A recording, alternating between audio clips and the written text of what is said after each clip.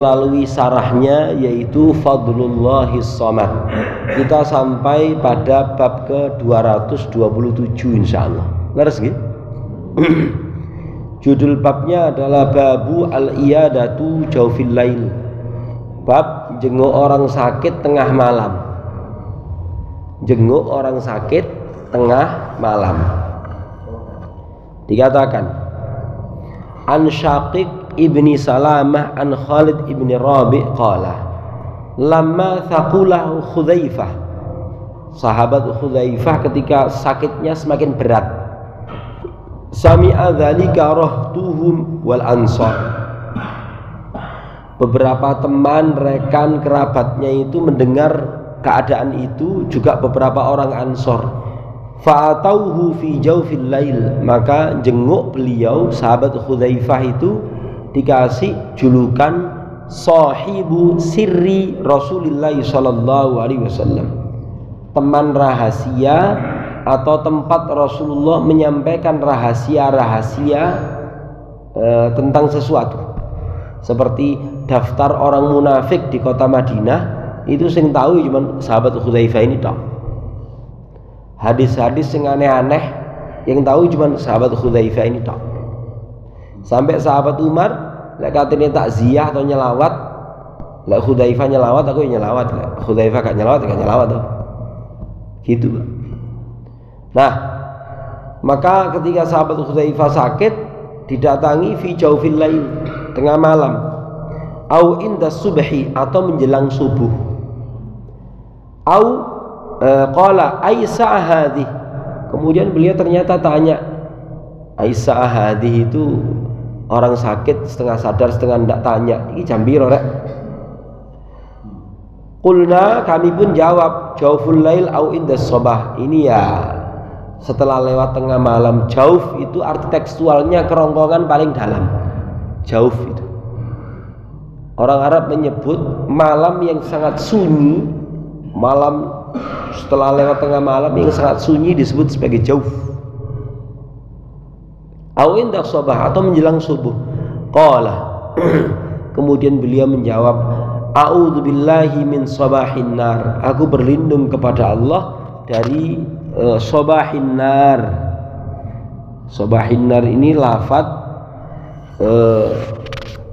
bertemu waktu subuh kemudian terhantar kepada siksa api neraka. Beliau berlindung seperti itu. Terus tsumma qala ji'tum bima akfanu bih, apakah kalian datang membawa sesuatu untuk aku jadikan kain kafan?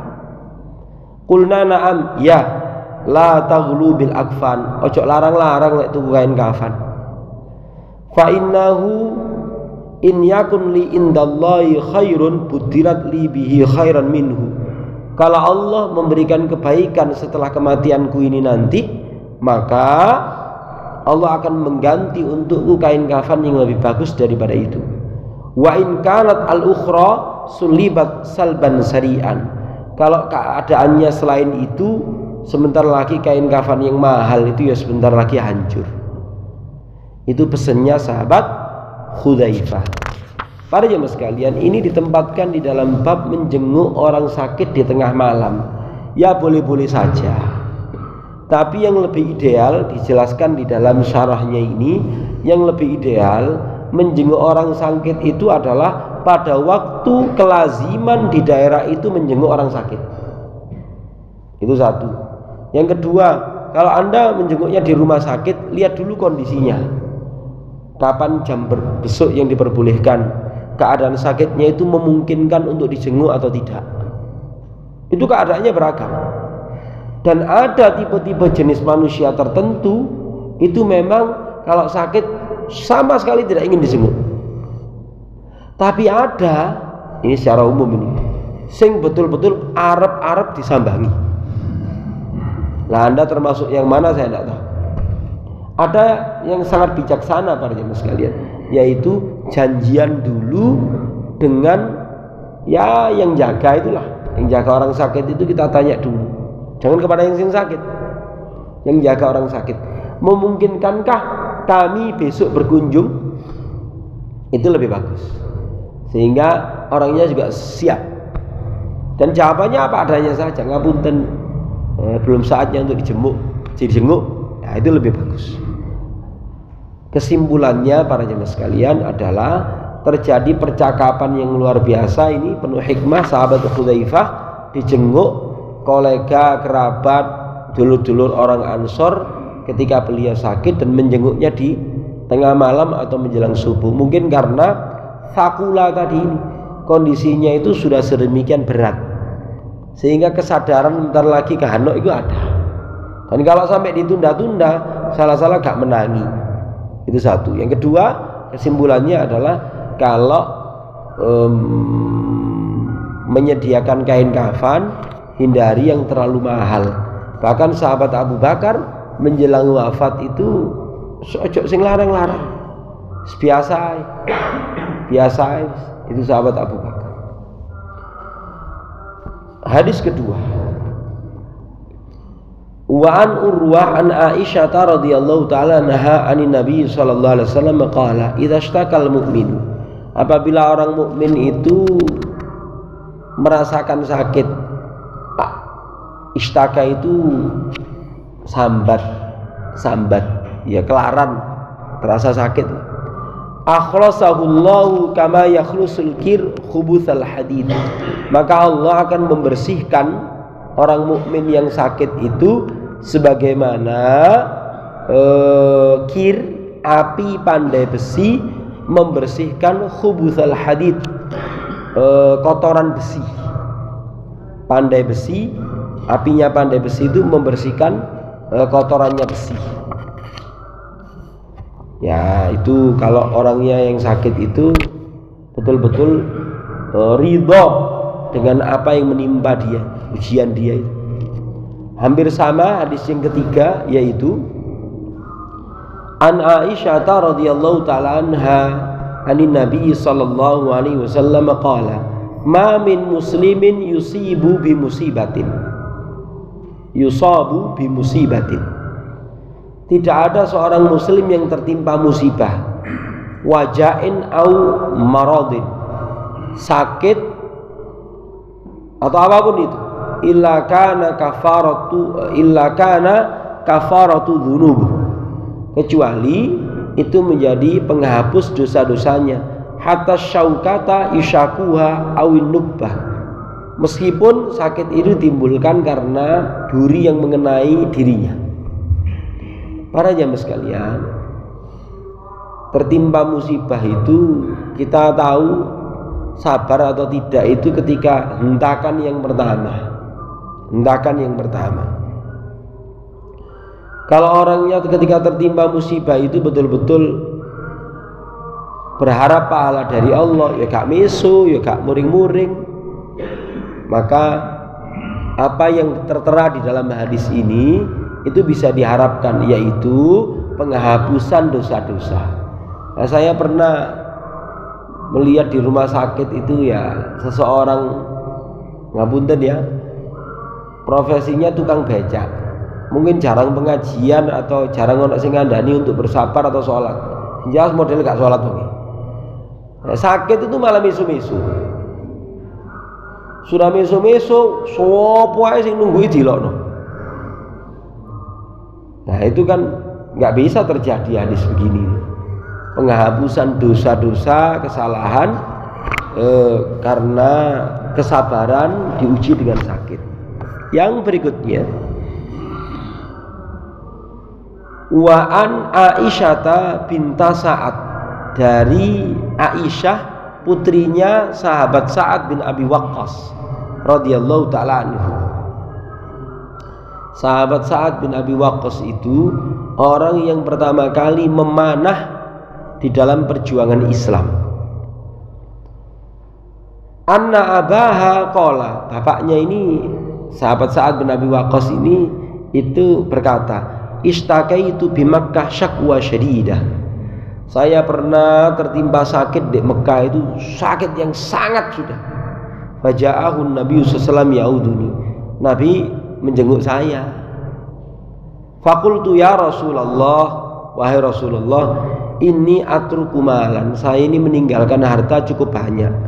Wa inni lam atruku illa benatun wahidah, dan saya tidak punya ahli waris kecuali anak perempuan semata wayang. Afa ausa bi thulutsai mali wa atruku thuluts, boleh tidak saya mensedekahkan 2/3 harta saya, kemudian yang 1/3 tak tinggal nang anakku. Qala la waja ausa bin nisf, terus pun dilakne separuh. Qala la ojo sing separuh sekano, sing separuh ditinggal nang anak. Ojo fa ausa bi thuluts wa atruku laha athulutsain, bagaimana kalau 1/3 tak sedekahno, 2/3-nya saya tinggalkan untuk anak perempuan saya. Qala athuluts wa thulutsu katsir, ya wis 1/3 iku ae, 1/3 iku sakeh sedekah. Lah ini 1 miliar ngoten pinten, Pak? Mus rotok grogi san jawabin. Jadi lek 1 miliar ae sedekah 1/3 iku wis 300 juta ada. Iso mlebu koran Tempo. Tsumma wada'a yadahu ala jabahati. Setelah berdialog semacam itu, Nabi sallallahu alaihi wasallam meletakkan tangan beliau itu di jabahati. Napa niki bathuk? Tsumma masaha wajhi wa batni.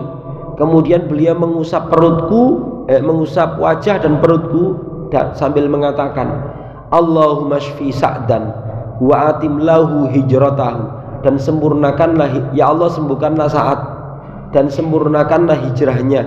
Famaziltu ajidu burdi yadihi ala kabidi fima yakhalu ilayya hatta sa'ah. Sungguh jarine sahabat Sa'ad ini, aku sik ngrasakno ademe tangane Rasulullah iki koyo-koyo tak rasakno sampai saiki. Gitu berarti Mas. Kesimpulannya apa, Pak?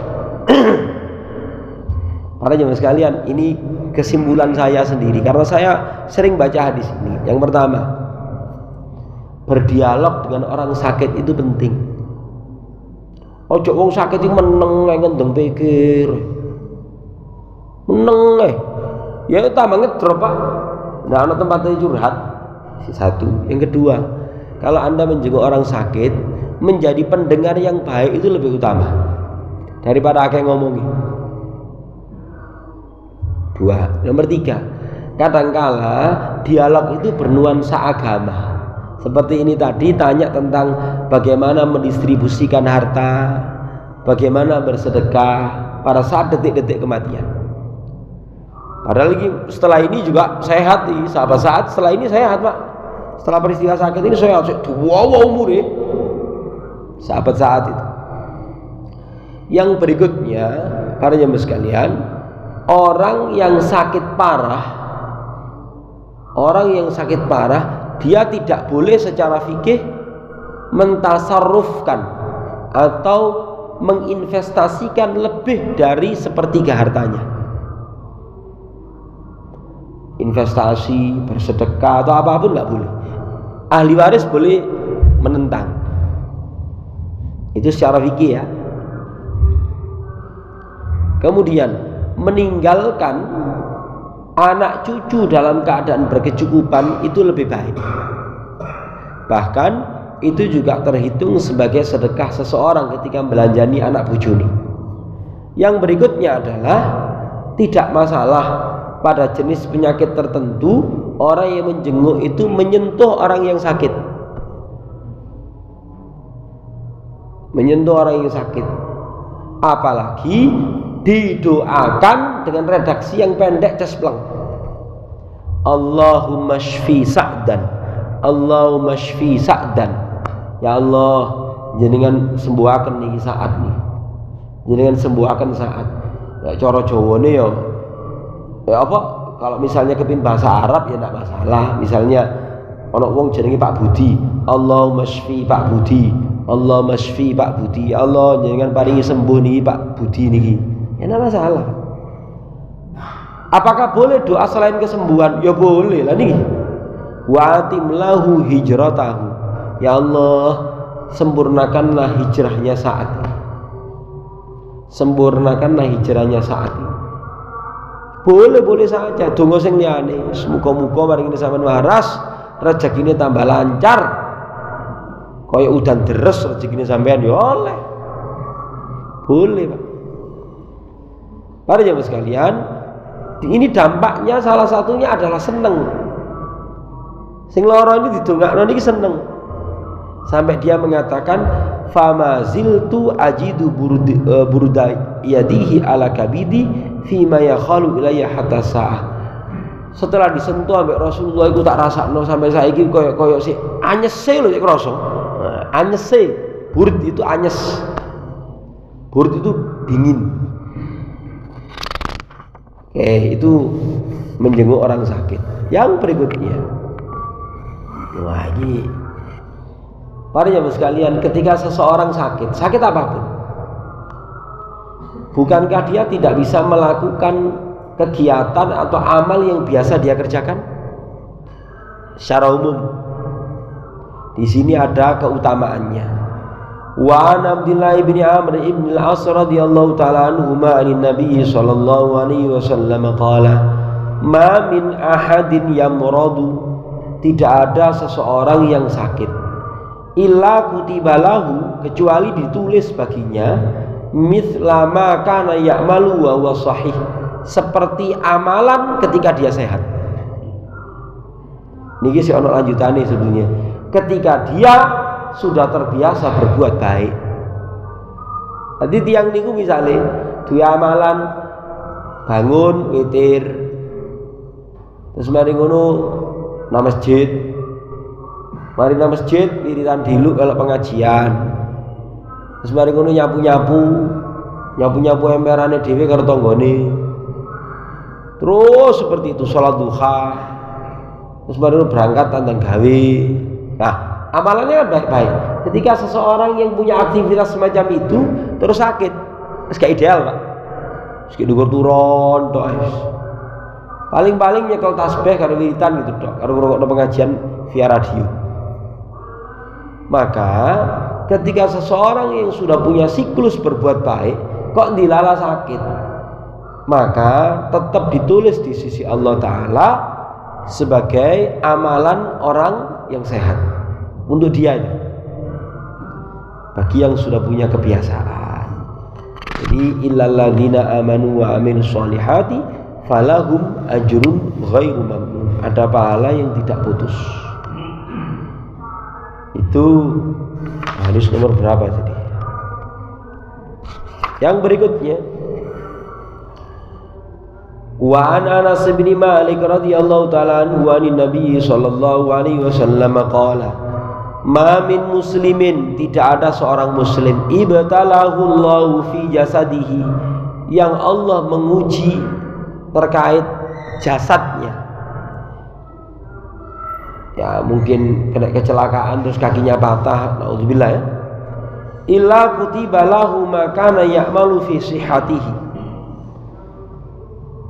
kecuali Allah akan menulis seperti ketika dia beramal waktu sehat. Maka nama ridon, selama dia sakit. Fa'in afahu arahu qala asalahu, kalau sampai Allah memberikan kesembuhan untuk dia au qala asalahu, asal itu sebenarnya madu.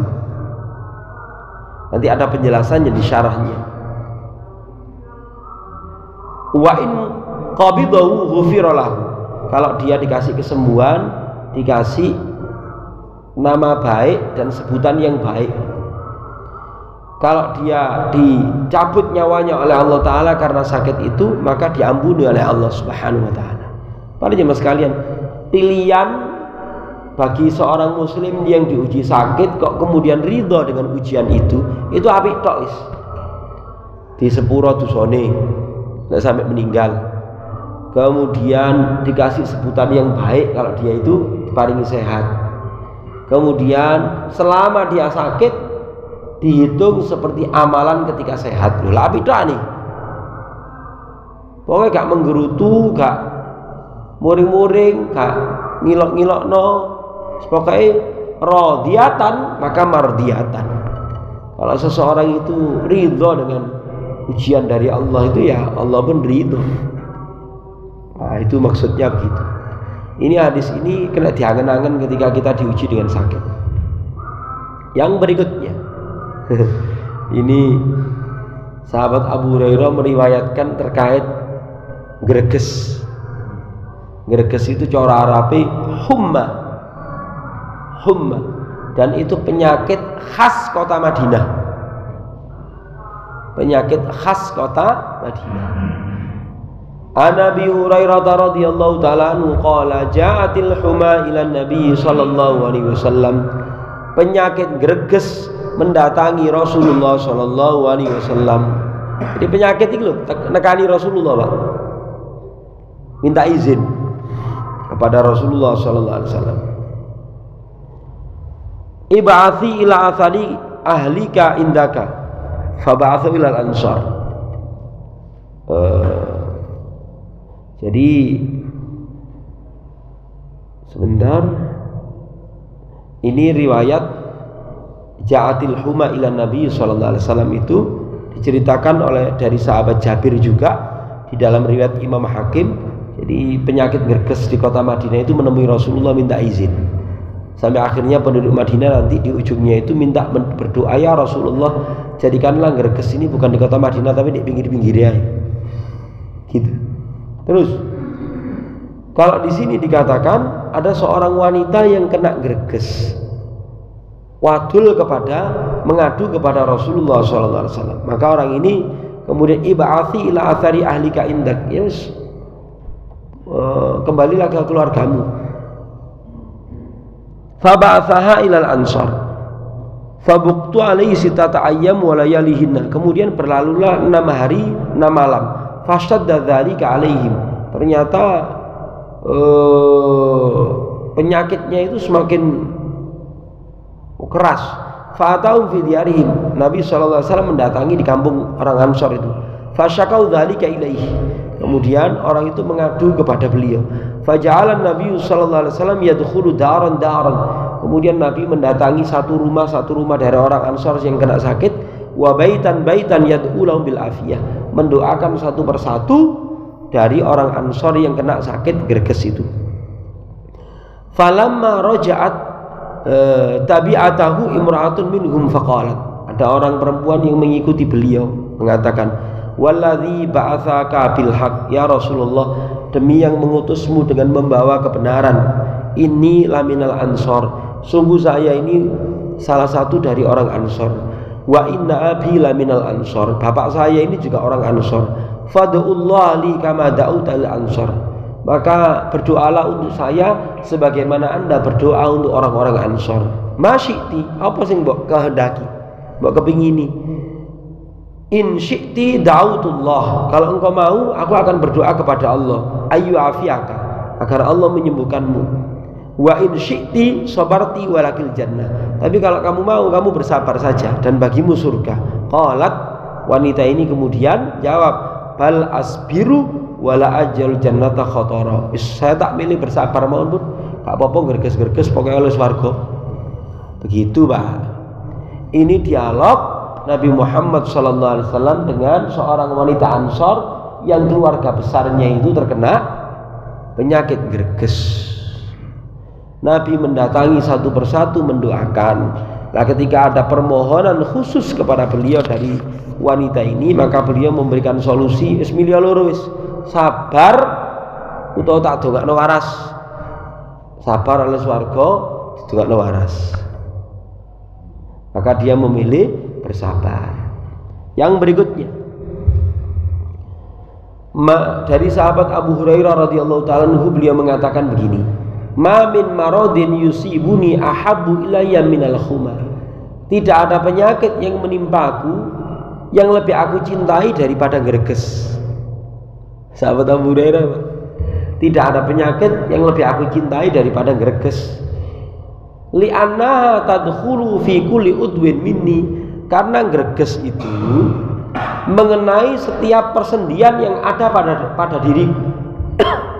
Wa innallaha azza wa jalla yu'ta kulla udwin qisatun minal ajr, dan Allah bakal memberikan pahala pada setiap bagian tubuh sing krasa gak enak itu tadi. Gimana, Pak?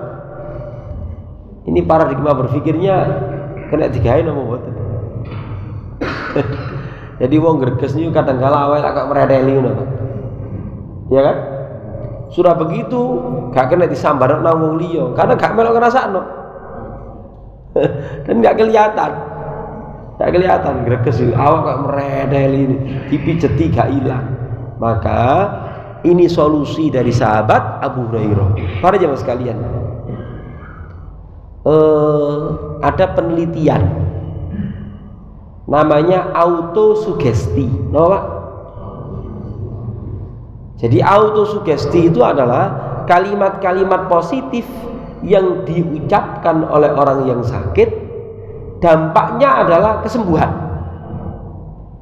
Ini penelitian disertasi DUI. Autosugesti. Jadi wong niku lek loro malah sambat, iku tambah loro kabeh. Tapi lek nek loro karo ngocong, loro karo ngocong, ngarepe kanca karo ngomong, alhamdulillah nek greges tok ini. Alhamdulillah. Alhamdulillah wis iki muga-muga dadi penghapus dosa. Alhamdulillah loro gak koyo wingi sanes rada reda. Loh, ini kalimat-kalimat begini ini kalau digunakan untuk diulang-ulang itu menjadi autosugesti kesembuhan. Begitu para jamaah sekalian. Dan yang menjadi sampel penelitian ini adalah para pensiunan. Kayak enak isine pensiunan tok ini. Lah asli ini Pak. Ini saya nukil dari majalah Gatra. Ya 10 tahun yang lalu lebih sudah. Penelitian.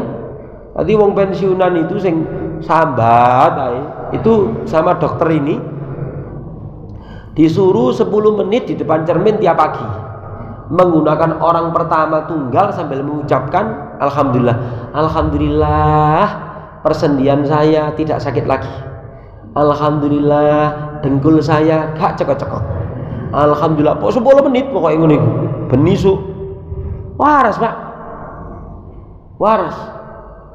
Nah, ibu-ibu gampang autosugestis ngarepe kaca ngono karo isine pawon karo kulkas disebut-sebut karo alhamdulillah lali bisa lorone.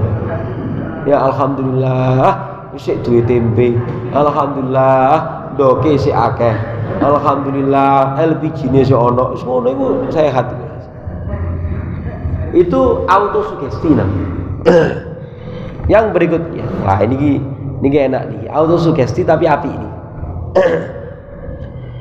Wa Nabi Wa'il an Abi Nuhailah qila lahu ud'ullah, doakanlah saya kepada Allah. Qala, maka dia didoakan, Allahumma nqus minal marad wa la tanqus minal ajr. Ya Allah, kurangilah sakitnya dia tapi jangan kurangi pahalanya. Doa pinter. Allahumma nqus minal marad, ya Allah jenengan kurangi lorone wong niki, wala tanqus minal ajr, tapi aja dikurangi pahalane. Faqila lahu ud'u tambah ono tunggu. Allahumma ja'alni minal muqarrabin wa ja'al ummi minal khuril ain. Maka orang itu diperintahkan ndonga sing lara ini Pak. Kau ndonga. Ya Allah, jadikanlah aku termasuk orang-orang yang didekatkan, muqarrabin. Wa ja'al ummi, dan jadikanlah ibuku minal khuril ain, termasuk bidadari di surga kelak. Terus kok akeh temen iki. Judulnya pancet tapi hadisnya akeh ya. Sik kurang 4 atau 5 halaman. Wis, napa 2 hadis lagi nggih. Wa an Imran ibni Muslim Abi Bakar qala haddatsani Atha ibni Abi Rabah. Atha bin Abi Rabah ini ulama di Mekah, muridnya sahabat Abdullah bin Umar. Atha bin Abi Rabah ini budak tapi ulama besar. Sampai-sampai khalifah itu lek katene takon agama ngantri dhisik. Atha bin Abi Rabah budak dibebaskan terus jadi ulama besar di Mekah. Qala li Ibnu Abbas, telah berkata kepadaku Ibnu Abbas, ala urika mura'atan min ahlil jannah, aku gelema tak tunjukkan seorang wanita penghuni surga. Qultu bala, nggih, hadil mar'ah sauda. Iki lho wong wedok ireng iki. Atatin Nabi sallallahu alaihi wasallam, dia pernah mendatangi Nabi sambil mengatakan ini usra, ya Rasulullah saya ini ayanan, saya epilepsi ayanan, wa ini atakasyafu, lek aku ayanan ini ke Rasulullah mesti tersingkap aurat saya, fadullah li, jenengan dongaaken kula niki. Maka Nabi bilang in syi'ti sabarti walakil jannah, lek sampean gelem sabar ya oleh swarga Bu, wa in syi'ti da'udullah ayu afiaki, lek sampean gelem ya tak dongakno supaya Allah memberikan kesembuhan. Qalat, wanita ini jawab asbir, kula tak milih sabar mawon pun. Faqalat, wanita ini menambahkan, ini atakasyafu ya Rasulullah, saya ini lek kambuh lak tersingkap. Maka fadullah li Allah atakasyafa, doakanlah saya agar ketika kambuh itu tidak tersingkap aurat saya. Fada'alah, maka Nabi mendoakan wanita itu tetap sabar dengan sakitnya, tapi tertutup auratnya. Satu hadis lagi, akhbarani Atha annahu ra'a ummu Zafar tilkal mar'atah tawila sauda ala sulamil Ka'bah. Maka Atha bin Abi Rabbah tabi'in ini melihat wanita yang diceritakan sahabat Abdullah bin Abbas itu, dia orangnya tinggi, dia berada di tangganya Ka'bah. Anna Aisyah radhiyallahu ta'ala anha ukhbirathu anna Nabi sallallahu alaihi wasallam kana yaqulu, dari Sayyidatina Aisyah Nabi bersabda, ma asabal mu'mina min syaukah fama fawqaha fahuwa kafarah. Apapun yang menimpa orang mukmin, baik itu terkena duri bahkan yang lebih kecil daripada itu, maka itu semuanya adalah kafarat. Wallahu a'lam bishawab. Adakah sesuatu pada ibu sekalian untuk didiskusikan? Monggo. Sekedap. Nggih. Masalah sedekah ya. Dengan itu pernah mendengarkan dia itu harus menghitung dosa-dosa karena harta kita. Jadi mungkin kita pernah berbuat curang, atau mungkin kita salah korupsi atau bagaimana. Itu nanti harus dihitung. Nanti sebelum ajal itu harus kita mengembalikan kepada Allah. Memang saya tidak tahu. Akan tetapi baik kondisi sakit maupun sehat, harta itu harus dihitung. Supaya apa? Supaya Anda tahu posisinya manusia muslim itu antara dua, ngetokno zakat apa dizakati. Lah ngoten apa? Lah ngoten. Anda mau tua mau muda, pokoknya duwe aset kudu dihitung. Iki wis mlebu nisab napa mboten. Gitu loh Pak.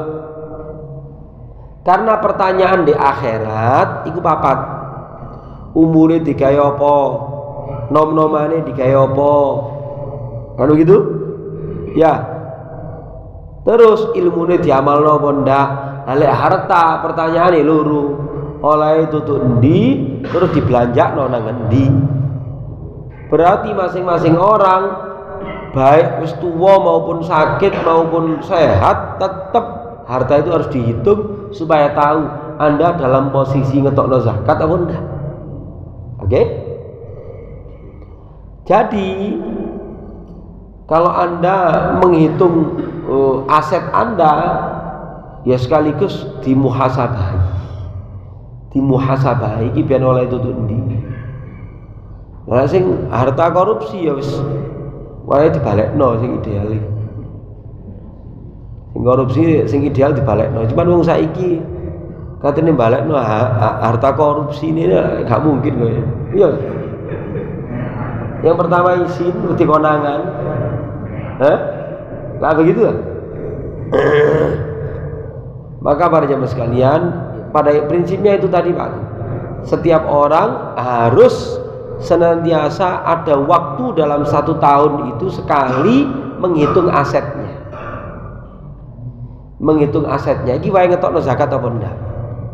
Lek gak ngetokno zakat paling tidak wala iki aset sing gak produktif. Bagaimana memproduktifkan aset itu? Begitu. Wallahu a'lam bishawab. Wonten mana?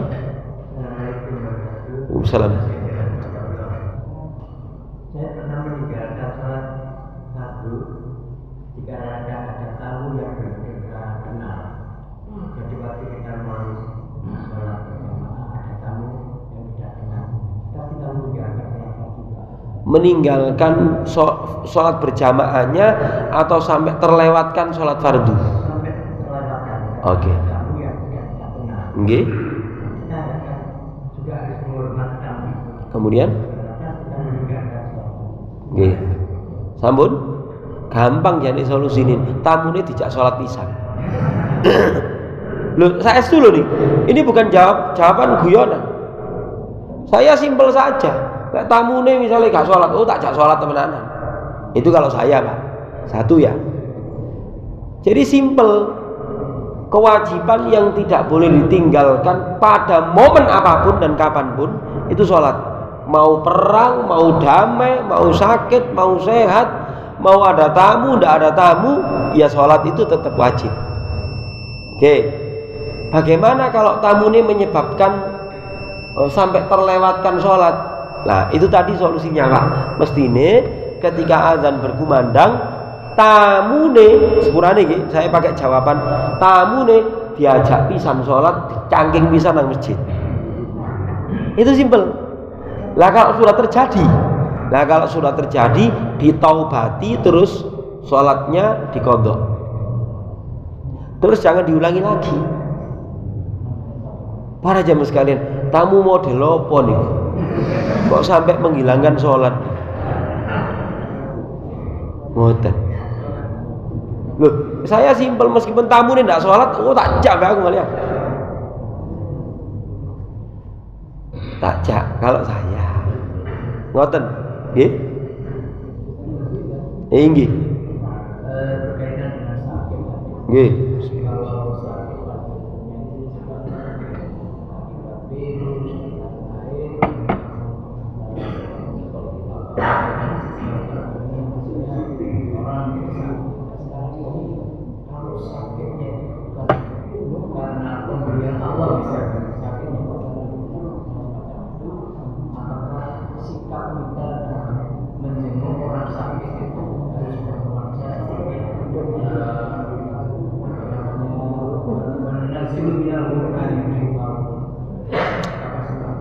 Ampun. Para jamaah sekalian, bagian dari tata krama kepada Allah, bagian dari tata krama kepada Allah. Orang itu ketika sakit maupun sehat itu kan sebetulnya semuanya adalah dari Allah. Lah ngono ya, Pak. Tapi bagian dari tata krama kepada Allah, hendaknya seseorang itu tidak menisbatkan sakit itu dari Allah. Di rumah sakit RSI itu ono kaligrafi di ruangane utawa tek-tekane tangganya menukil satu firman Allah Ta'ala yang merupakan ucapan Nabiullah Ibrahim alaihissalam dalam surat Asy-Syu'ara. Unine ngeten, wa idza maridtu fahuwa yashfini. Apabila aku sakit, maka dialah yang menyembuhkan aku.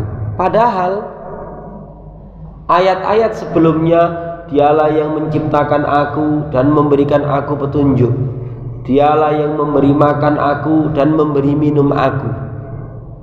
Apabila aku sakit, dialah yang menyembuhkanku. Nabi Ibrahim tidak menyebutkan redaksi, dan apabila Allah membuat aku sakit, dialah menyembuhkanku. Ini terkait tata krama. Oke? Wong niku diparingi sakit utawa sehat itu anugerah Allah Ta'ala kabeh. Betul lho, Pak?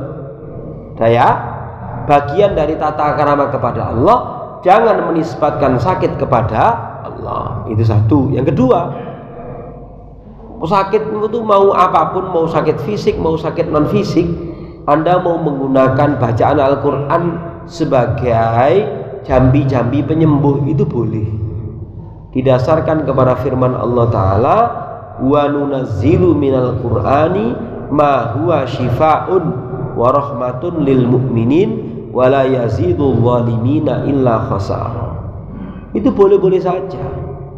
Bahkan yang paling simpel, Pak, Bu, Rasulullah sallallahu alaihi wasallam baik beliau sakit sendiri maupun ada orang sakit, beliau itu membaca Qul a'udzu birabbil falaq sama Qul a'udzu birabbin nas.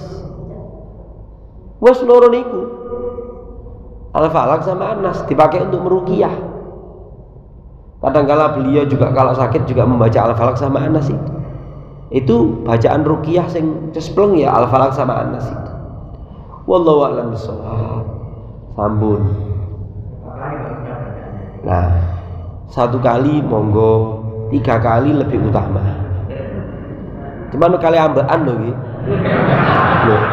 Ini perlu saya tegaskan, Pak. Sebab mbek wong-wong iki kadang-kadang ditambah-tambahi. Iki diwaca lho ya. Ping 2, gak kate ambekan. Lho gak kate ambekan iki jarine sapa? Gitu. Kadang-kadang begitu. Ditambah-tambahi ngono aturane. Rasulullah ya Al-Falaq sama An-Nas. Mau dibaca 3 kali itu baik. Bahkan ketika Rasulullah sakit, maka yang membaca adalah Sayyidatina Aisyah, masing-masing dibaca 3 kali, ditiupkan ke tangan Rasulullah, kemudian diusapkan ke tubuh beliau. Itu detik-detik menjelang wafatnya Rasulullah itu begitu. Wallahu a'lam bishawab. Kita tutup dengan doa kafaratul majlis. Subhanakallahumma wa bihamdika asyhadu an la ilaha illa anta astaghfiruka wa atubu ilaik. Assalamualaikum warahmatullahi wabarakatuh.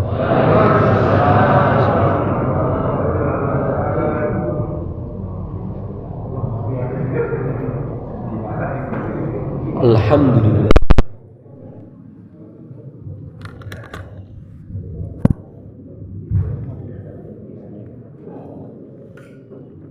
Ya.